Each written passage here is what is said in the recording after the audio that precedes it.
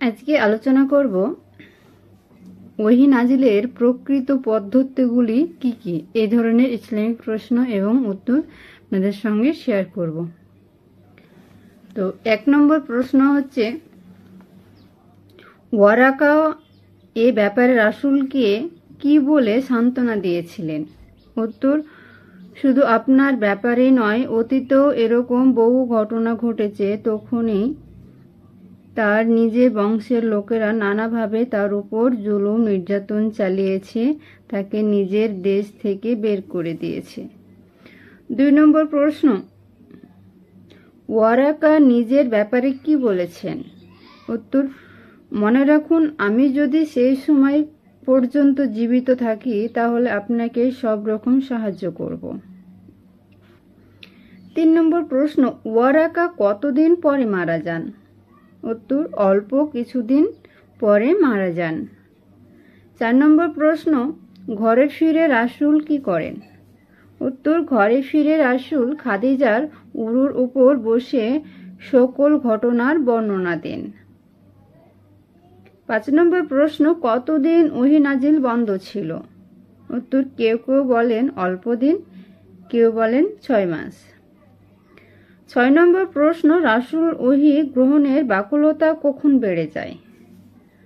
উত্তর, রাসূল যখন নিশ্চিত হলেন তিনি আল্লাহর রাসূল মনোনীত হয়েছেন, তার নিকট যিনি ওহী নিয়ে আগমন করেন তিনি আল্লাহর পক্ষ থেকে ওহী বাহক, এভাবে সবকিছু পরিষ্কার করে গেলে তিনি ওহী গ্রহণের জন্য ব্যাকুল হয়ে যেতেন।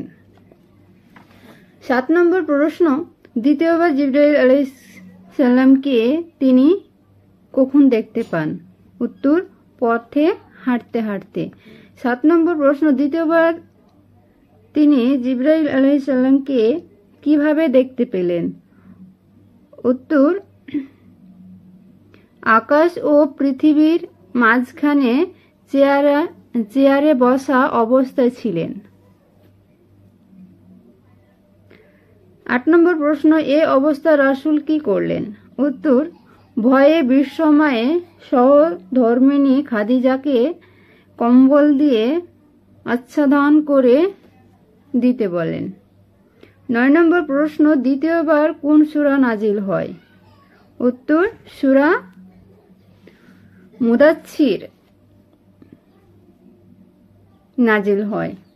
10 নম্বর প্রশ্ন, ওহী নাজিলের প্রকৃত পদ্ধতিগুলো কি ছিল? উত্তর, 1 নম্বর সত্য স্বপ্নের মাধ্যমে, 2 নম্বর অন্তরে ঢেলে দেওয়া,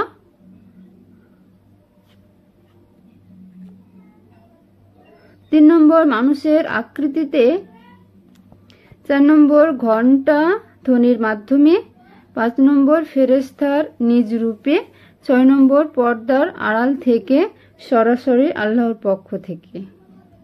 আজ এই পর্যন্ত, আবার পরের ভিডিওতে ইসলামিক প্রশ্ন এবং উত্তর আপনাদের সঙ্গে শেয়ার করব।